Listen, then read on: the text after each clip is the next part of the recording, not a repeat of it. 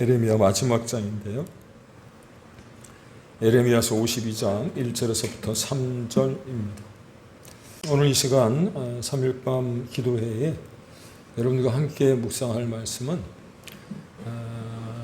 에레미야서 52장입니다. 참 어려웠던 이 에레미야서를 2달 동안 묵상을 해왔는데 이 에레미야서의 마지막 부분을 오늘 우리가 살피게 되는 거죠.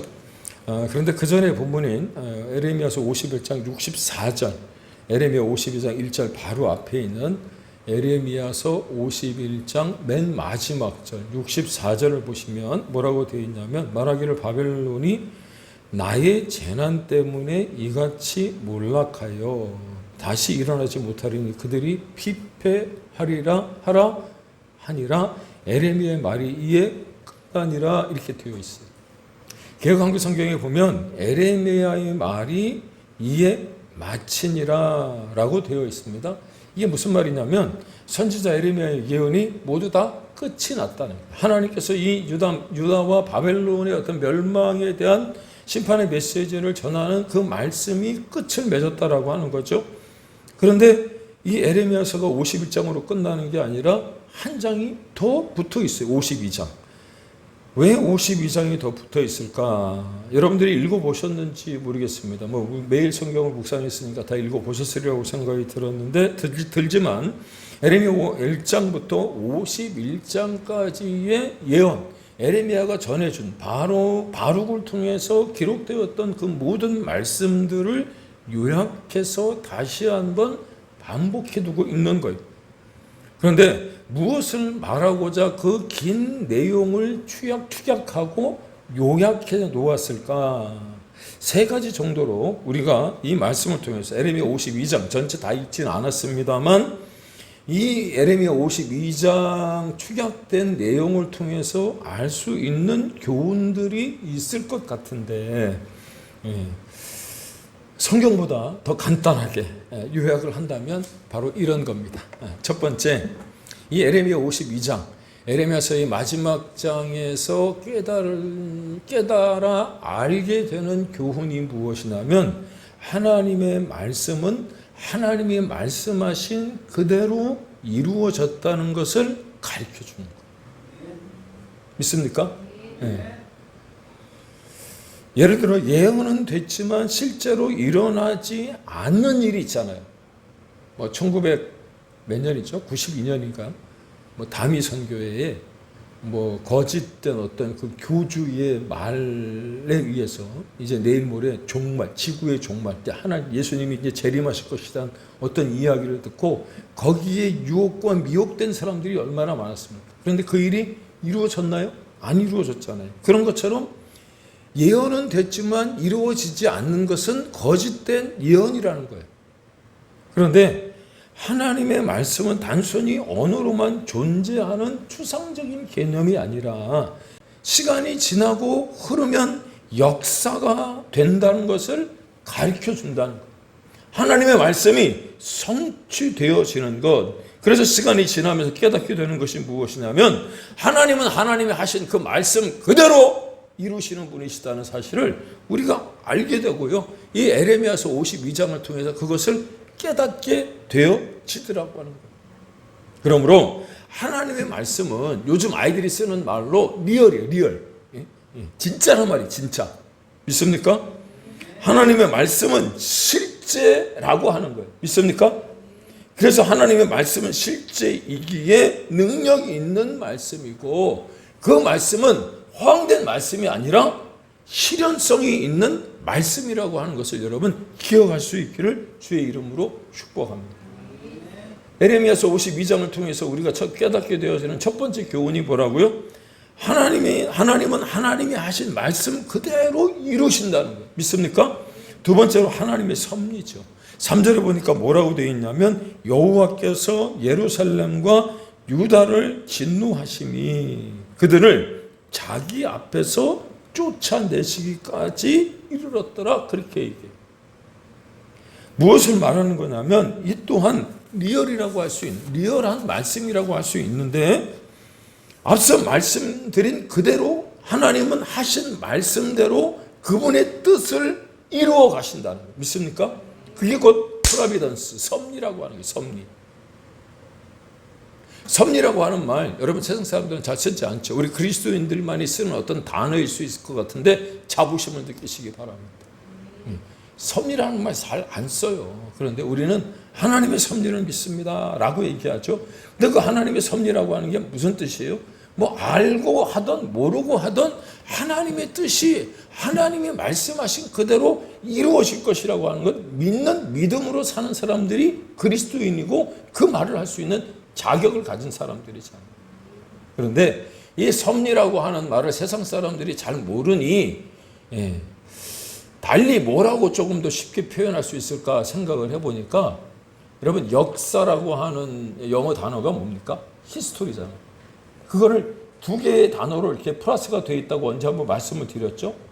어떤 단어로 이루어졌다 그랬습니까? 히스 스토리. 그분의 이야기란 말이에요.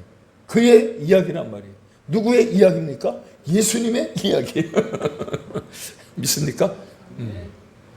역사가 되어진 그 모든 부분 하나하나를 살펴놓고 보니까 바로 그분이 주관하시는 대로, 그분이 다스리시는 대로, 그분이 이끌어 가시는 대로, 그분이 섭리하시는 대로 그 모든 것이 이루어진 거죠. 그럼에도 불구하고 나는 그거 못 믿겠어. 그냥 역사는 역사고 사람들이 만들어 놓은 어떤 그 세상의 어떤 뭐라 그럴까요? 일어난 일이라고 이렇게 얘기할 수 있을지 모르겠습니다만, 이걸 달리 말한다면 뭐 프랙티컬이라고 얘기를 해야 되나요? 실질적인 어떤 이야기라고 할 수 있는 거죠. 프랙티컬이라고 하는 말이 뭐 실제라고 하는, 앞서 말씀드렸던 리얼, 실제와 거의 똑같은 말이긴 하지만, 실제라고 하는 말이 무슨 말이에요? 실제. 현실을 바탕으로 이루어진 것을 얘기하는데, 실질이라고 하는 말은 그 실제를 바탕으로 또 이루어진 것이 실질적이란 말이에요. 그런데 사람들은 그 현재를 바탕으로, 현실을 바탕으로 뭔가를 이루어 갈 수 있느냐? 그렇지 못하잖아요. 그런데 그 모든 것들을 통합하여 이루어 가시는 분이 프랙티컬한 어떤 그 말씀의 실체와 실질이 일어나게 하시는 분이 바로 하나님이시라는 사실을 오늘 본문 가운데서 이야기해 주고 있는 거예요. 그렇습니다. 현실의 모든 일에 주권적으로 관여하고 계시는 분이 바로 하나님이신 줄로 여러분 깨닫기를 바랍니다.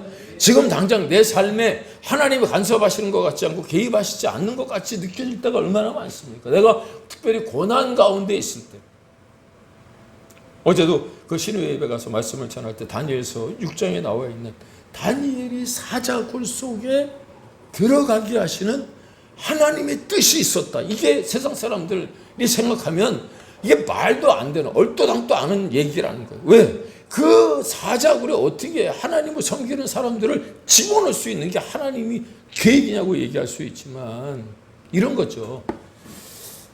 어떤 주일학교 학생이 전사님한테 물어봤어요. 여러분 한번 생각해 보셨을지 모르겠어요.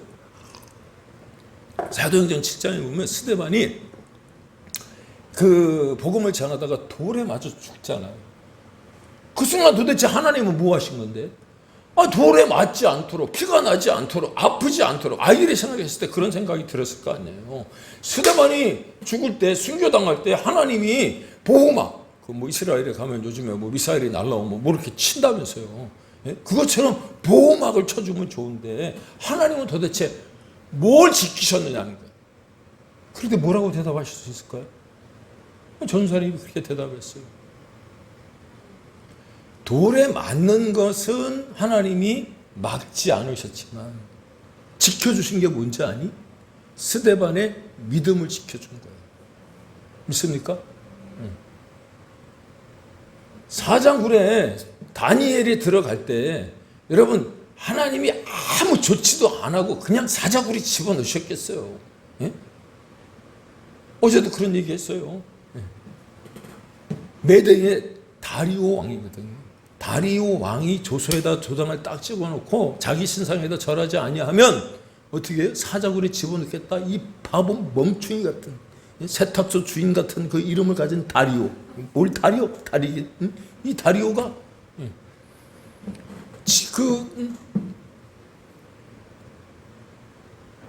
다니엘을 죽이기 위한 어떤 계략에 빠져서 사자굴에 집어넣었을 때 하나님은 여러분 다리오를 시켜서 사자의 입을 재봉틀질 해놓은 줄로 여러분 믿으시길 바랍니다. 먹지를 못하는 거예요. 먹지를 못해. 먹어야 되는데 입에 벌어져야 뭐 먹지. 그러니 어떻게 해요? 다니엘이 들어가서 밤새 사자를 베고 누워서 잔 줄로 믿으시기 바랍니다. 아멘 안 하시면 그래요. 하나님이 내 삶에 개입하시고 간섭하지 않으신 것 같아도 주권적으로 관여하고 계시다는 이 진리를 우리가 붙들을 때에 여러분 우리의 삶에 어떤 샬롬이 여러분 임하게 되는 줄로 깨닫기를 바랍니다.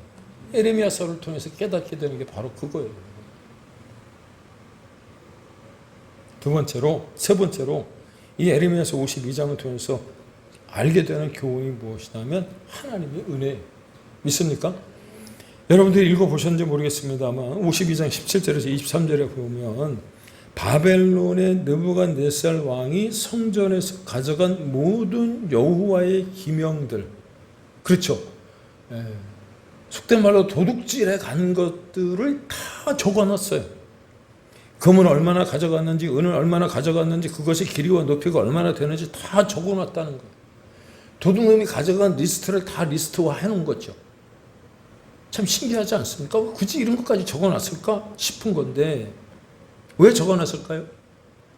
잃어버린 것들을 나중에 그 도둑놈이 잡았을 때 보상받기 위해서 내가 이거 돈 대충 두리뭉실하게 한 1억쯤 잊어먹은 것 같아요. 이렇게 얘기하는 게 아니고 꼼꼼하게 잃어버린 것들을 적어놓고 들이대면서 그것을 보상받기 위해서 하는 것이 아니라 이 뜻은 이 말씀이 가지고 있는 의미가 무엇이냐면 하나님이 다시금 70년 후에 바벨론의 포로 생활이 끝나고 예루살렘으로 돌아올 때 찾아오실 목록을 적어놓은 거예요.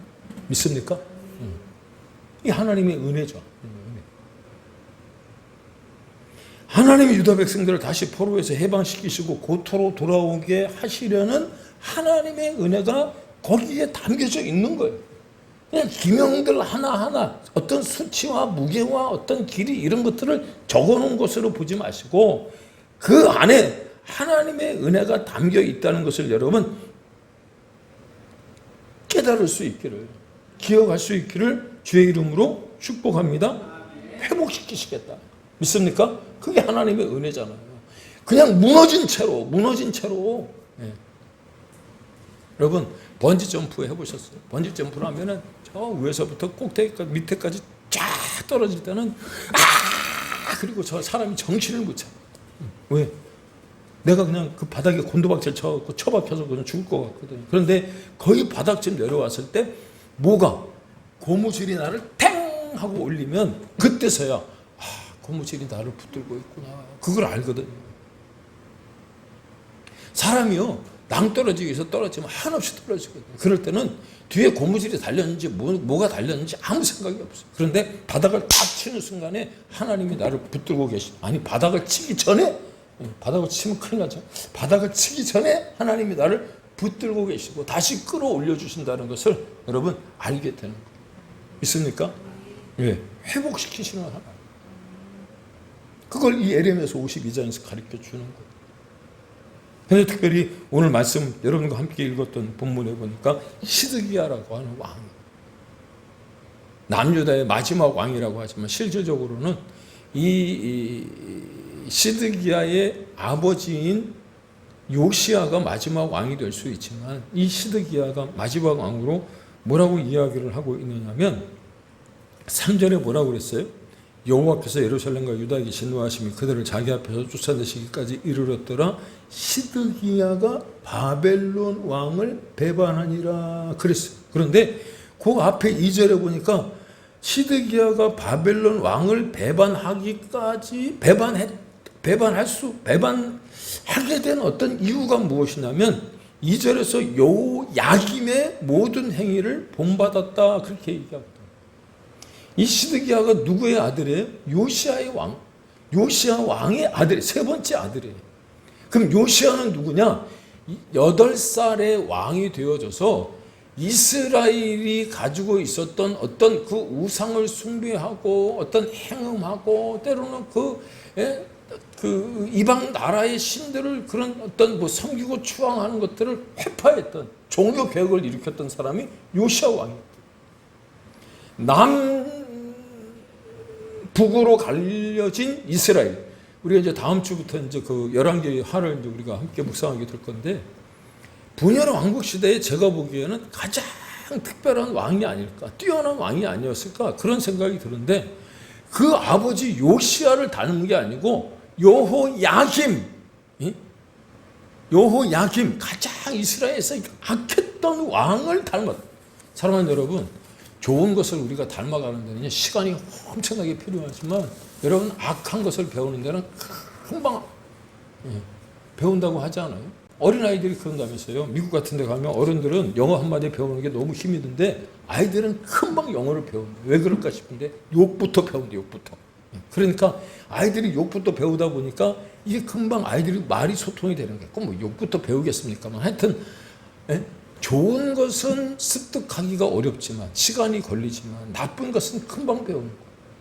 시드기야가 요시아 왕 아버지 그 종교 개혁의 어떤 모습들을 닮아갔으면 좋았을 텐데 여호야김의 악한 짓만을 골라 닮아서 뭐라 그랬어요?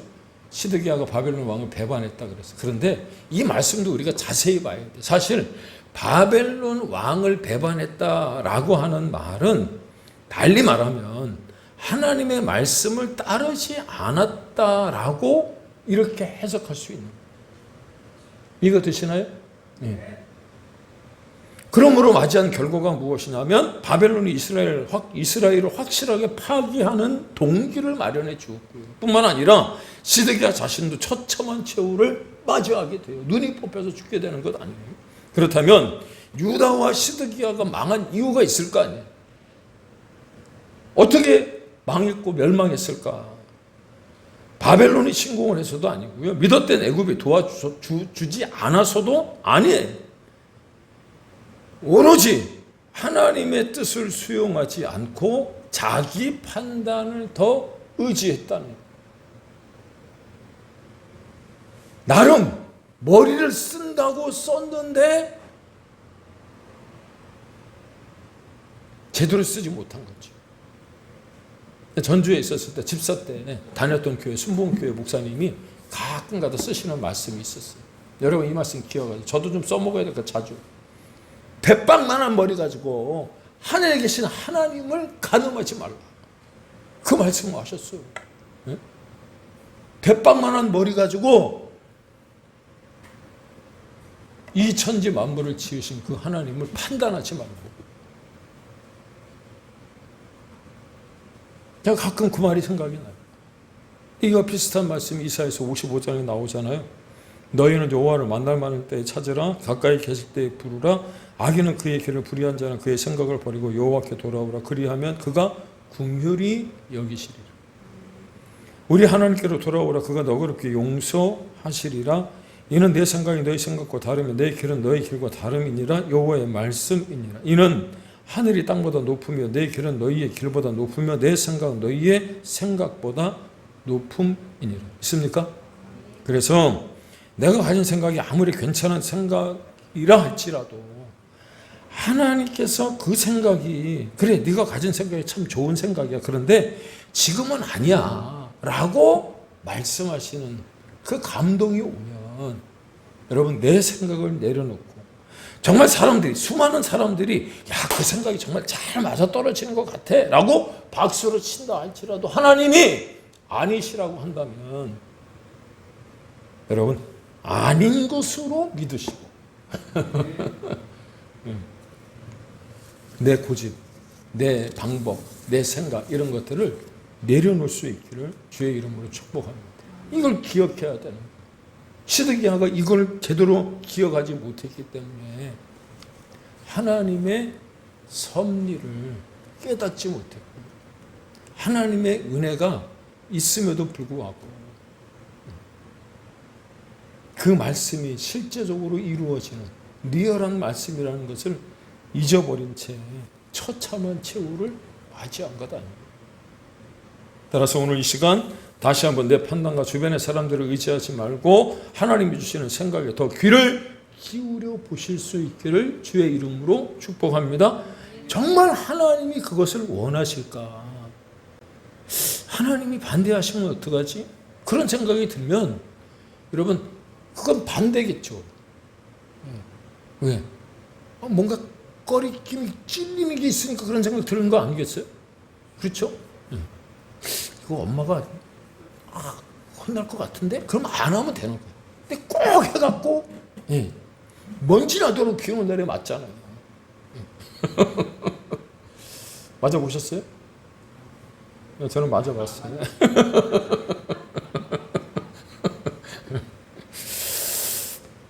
그래서 내 생각이 너무 강해서 그분의 뜻을 깨닫지 못하고 있다면 내가 틀렸을 수도 있고 지금 추구하는 것이 아닐 수도 있다는 생각을 가지고 잠시 십자가 앞에서 여러분 멈춰설 수 있는, 스톱할 수 있는, 그리고 그것을 내려놓고 주님께 이것이 옳은 것인지 그런 것인지를 물을 수 있는, 다윗이 그랬잖아요. 다윗이. 그래서 사도행전 13장에 뭐라고 얘기했어? 그는 내 마음에 합한 자라. 믿습니까? 고집대로 하지 않았다. 자기 방법대로 하지 않았다. 내가 할 수 있지만 하나님이 하시겠지. 하나님의 뜻이 있겠지. 하나님이 주관하실 거야. 이걸 믿어버린 것 아니에요. 하나님 의지한 것 아니에요. 다니엘처럼 여러분 사자굴 속에 들어갈 수 있습니까? 이런 거 묻는 게 바보지. 그런데 자꾸를 채워놨다고 생각을 하면 들어갈 수 있는 줄로 믿습니다. 그렇습니다. 그분은 나보다 더 좋은 생각을 가지셨어요. 누가요? 하나님. 그리고 하나님은 언제나, 그분은 언제나 오르십니다. 믿습니까? 그러므로 오늘 이 시간 그 모든 것을 주관하시고 섭리하시며 이루어 가시는 하나님을 바라보면서 주님이 주시는 말씀을 만남으로 말미암아 세상 흔들리고 무엇이 변한다고 할지라도 믿음을 가지고 또 이 땅을 살아갈 수 있는, 그래서 하나님 보시기에 이 더운 여름철에 시원한 냉수 한 그릇처럼 하나님의 마음을 시원케 해드릴 수 있는 우리 믿음의 큰 사랑교회 성도들이 다 되시기를 주의 이름으로 축복합니다. 기도하겠습니다.